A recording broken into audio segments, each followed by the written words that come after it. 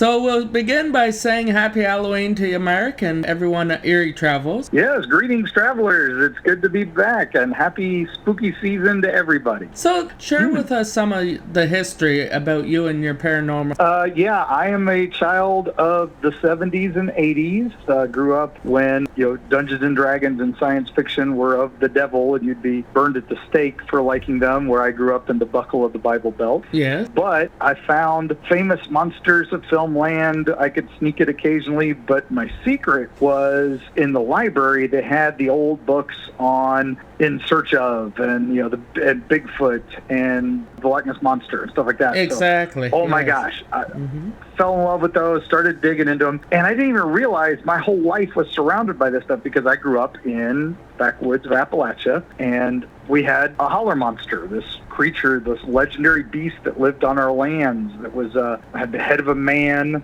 the body of a big cat, and a wooden leg. Oh, wow. And it was called the bench leg. Yes. The bench leg of Goble Ridge, and it would jump from tree to tree, and if you were a bad person, it would whomp you with its whoop stick, which is his leg, and knock you off your horse. Okay. I grew up hearing that, thinking it was the stupidest thing I'd ever heard, yes. and never believe in anything like that. And then one late night, I saw something that looked an awful lot like that, so I realized everyone in my family had discussed this. Bible thumpers and people who'd never lied about a thing in their life and all had a story about this thing. And so I started realizing, hey, some of these things could be out there. So that became a lifelong fascination. After that, I ran a haunted attraction for about 20 years, and I worked folklore into it. Instead of having a werewolf jump out at you, I had the Florida skunk ape jump out at you. Instead of, vampires and other things, we had local creatures and local legends come out. So amazing. I just collected stories, and now I write about them. And now 4 decades, you've been doing this for almost 40 years. Yeah, pretty much. Yes. Yeah, started in my early days. I mean, I corresponded with Hans Holzer. He introduced me to Ed and Lorraine Warren and all that, yes. And that was back before they were all famous. Of course, and before the Annabelle and all this stuff, exactly, yeah. Oh, yeah, it was just before they all popped. Yeah, exactly. So I was just some dumb kid who they would invite over to their house, and my dad would drive me up to Connecticut and drop me off, and I'd hang out with this cute old couple, and they would tell me what they were going to investigate. So share with us, during the past 40 years, what has changed? I know a lot of it has come into fact and stuff, but what has changed in the way we investigate? Oh, yeah, well, thanks to the advent of social media and then and more modern, disclosure stuff, this stuff used to be we don't talk about that because everybody's got this crazy Uncle Joe who saw Bigfoot in the 60s and, and then Aunt Minnie who saw a UFO, and we just don't talk about it, right? Exactly. We just didn't mention it. With the advent of the internet, social media, people start realizing, hey, I'm not alone in it. There are others who see this stuff. There are others who've experienced this stuff. And then, the boom in television with, ghost hunters starting it all and all that, suddenly everybody's like, oh, everybody sees ghosts. It's not just us. It's not just us, exactly. Now, they're entertainment. They're all entertainment. I mean, I did the Robert the Doll documentary, and yes, and they distorted that for Discovery Channel and all that. They distort what you say to make it more entertaining. Yes, they do. But I find that. It does, that they bring it forward, and so people start willing to talk about it. Now, Crazy Uncle Joe, you find out, okay, 1968, road in Ohio, you punch it in, and suddenly in the BFRO database, there's 7 other sightings, that same week. Crazy Uncle Joe ain't crazy no more. That's 100% what's happened, and then ghosts are everywhere now, and now the places found out, oh, there's money in ghosts. Places that used to say, oh, we don't have ghosts, now they're like, oh, ghosts are here all the time. They're just in this one room. We had it locked off. Sorry. Come on. Send your money. Thank you. And you had also said years ago when we first met that the investigations on the TV, they kind of all lure them around the evil spirits. They're not all evil. No. I don't like to call things paranormal or supernatural. Exactly.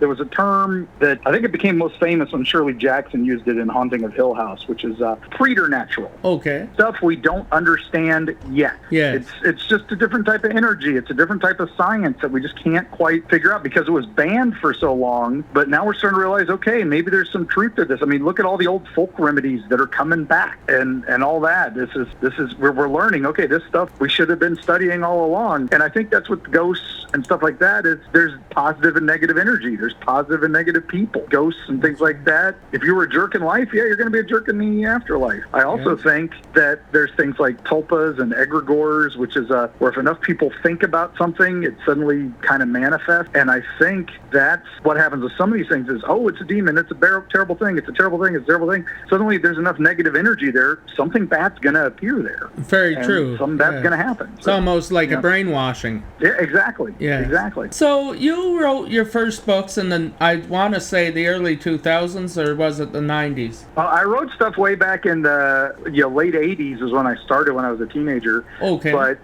then I became a dad and stopped writing for about 2 decades. But I was still researching, and I was running the haunted house then. But that's when I got back into writing around 2005, 2006. Okay. And then, Erie, Florida hit the big time in 2008. And then now, I've been on the bestseller kick every couple of years, which is nice. For sure. So let's go back to the early books about Florida. There was, of course, the legend of the Devil's Tree. Now, I've often been fascinated by that story, but is it still around? I know a lot of storms and things have gone through Florida. That tree is still holding up. Is it? Yes. It's pretty spooky down there. It's this is one that's kind of dark. I'm not sure your listeners want to hear the real story, but the story is you go to that tree and black sap drips from it, and you can use that for your satanic rituals. That there's dark energy all around there, and if you take a piece of the tree and put it in somebody's car you don't like, they'll get in a car accident, and you can get away with the crime. Stuff like that. They all come from a real history there. That there's a man with 3 names that hung out there, and if there's a man with 3 names in a newspaper in Florida, he's either A, a politician, or B, a serial killer. For This sure. guy was the latter. He was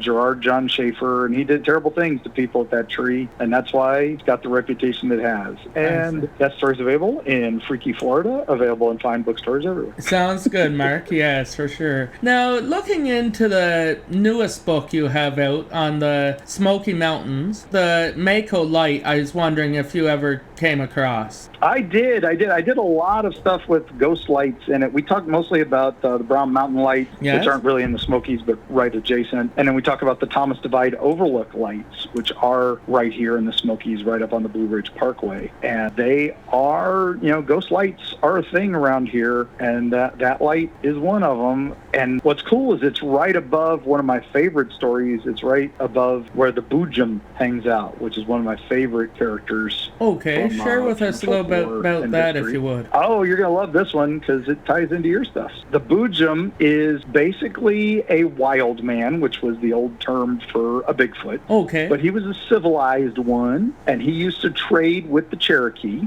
and so they gave him a big neck pouch, medicine pouch, so that they wouldn't shoot him on sight, confusing him for a bear or maybe one of the more wild men. And then later, as the settlers move in, and they start realizing, hey, this guy's okay, that we want to trade with him, they gave him a felt hat, like one of those old hillbilly hats. Oh, yes, So they wouldn't shoot him. Now, he had kind of a grayish back, so he was like a silverback, but he still had hair all over. But he fell in love with a young girl who worked at one of the inns up there on one of the mounts. Oh, wow. A lot of people confuse it for the Balsam Inn on Mount Balsam because that one's still there, but this one is no longer around. It got burned down, but we'll get to that. Mm-hmm. But her name was Annie, and she worked in this inn, and she was just a pretty thing. Everybody loved her, and, of course, the Boojum loved her. So he wanted to woo her. Mm-hmm. Now, her dad, who ran the inn, said, no, I'm not having you marry this Perry crazy thing unless he's, willing to bring you some money. He's thinking, this guy ain't going to bring you no money. But he realizes the miners, this is a big gem mining area in this area. People don't realize one of the largest rubies in the world came from right here in the Smoky Mountains. So miners were here looking for gold, but they were finding all the gems, so they stuck around. So he realized that they would get these gems, and they would go into town, and they would buy these big jugs of stuff, and then they would drink it all. They'd have a good time, and then they'd pass out. And he's like, and they'd trade their gems for that. So he's like, well, if I go into town and grab those jugs, I can carry a bunch of them because I'm a big thing. Yeah. I can carry them up to the mine, save them the trip down the hill. They'll all get drunk, pass out, and I'll just put those gems in those jugs, and I'll just take them over to Annie. And that's what he did for a long time. Yeah. And apparently he earned enough to buy her hand, but there are two sides to this story at this point. One, they went away and lived happily ever after. Or two, the old man didn't like that his daughter was suddenly about to marry this thing, so he wound up killing him. It's two versions. The main thing about this, though, is that Annie and the Boojum, they used to call to each other to know when it was safe. Okay. So she would come out and she would do this hoot, this howl. Hoo, hoo. It's like a Bigfoot call now. Yes. They do that. They do the whoop sound to call Bigfoots and Bigfoot hunts. But because Annie was making these hoot sounds, supposedly this is where we get the term Hootin' Annie. So there you go. Well, that's very There's fascinating. a little Halloween story for you. Exactly, yes, for sure. And so I was just listening to the new podcast you've been doing for a couple years, and share with us about the Brown Mountain. Oh, the Brown Mountain Lights? Yes, yeah. That's it. So yes. The podcast is Eerie Travels, available wherever you listen to your podcasts and online. I do it with my co-host, Erica Lance. She's kind of new to the world of this stuff, where I'm kind of been doing this for 40 years. So I get to introduce her to a lot of things that she doesn't know about. And, and it's stuff I think everybody should know about, kind of like, hey, this is important history. This is important, dark history that we've forgotten. And this, knowing about ghosts and Bigfoot and folklore. So one of the folklore places is the Ghost Light. And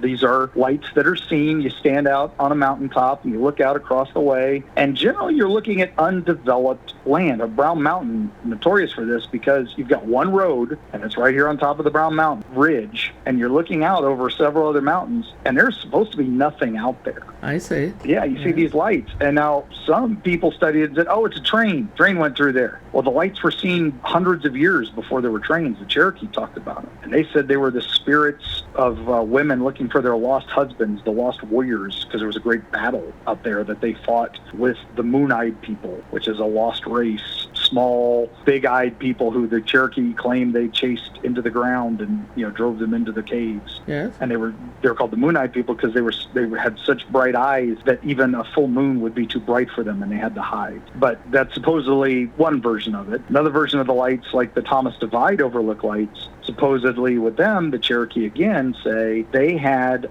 during the whole Trail of Tears, they were being forced off their lands, and they had one great warrior refuse to be chased off, and he teamed up with a medicine man, and they were fighting good. They weren't going to be chased away. When they finally caught them, the white man chopped them into pieces and sent his pieces to various villages as a warning. And supposedly the lights are him looking for his body parts. And now if you go out there and you park at dusk or a little after, it doesn't take long for the shows to start. You'll start seeing weird orbs that look like somebody walking with a flashlight or a lantern. Yes. But then sometimes they fly over the mountain, and then they split into two, and they change colors. They do all these things, and everybody's like, oh, it's drones. I'm like, drones haven't been around for 300 years. Exactly. This is it, Mark. Exactly. Yeah. Now, another one I'd like to ask you about is the hellhounds of the mountains. Oh, yeah. That is kind of, you've got hellhounds and wampus cats. Those are two ubiquitous, they're almost as common as Bigfoot. They are seen all over the place. The hellhounds tend to have reddish or solid black appearance. They either have, the red of the hell,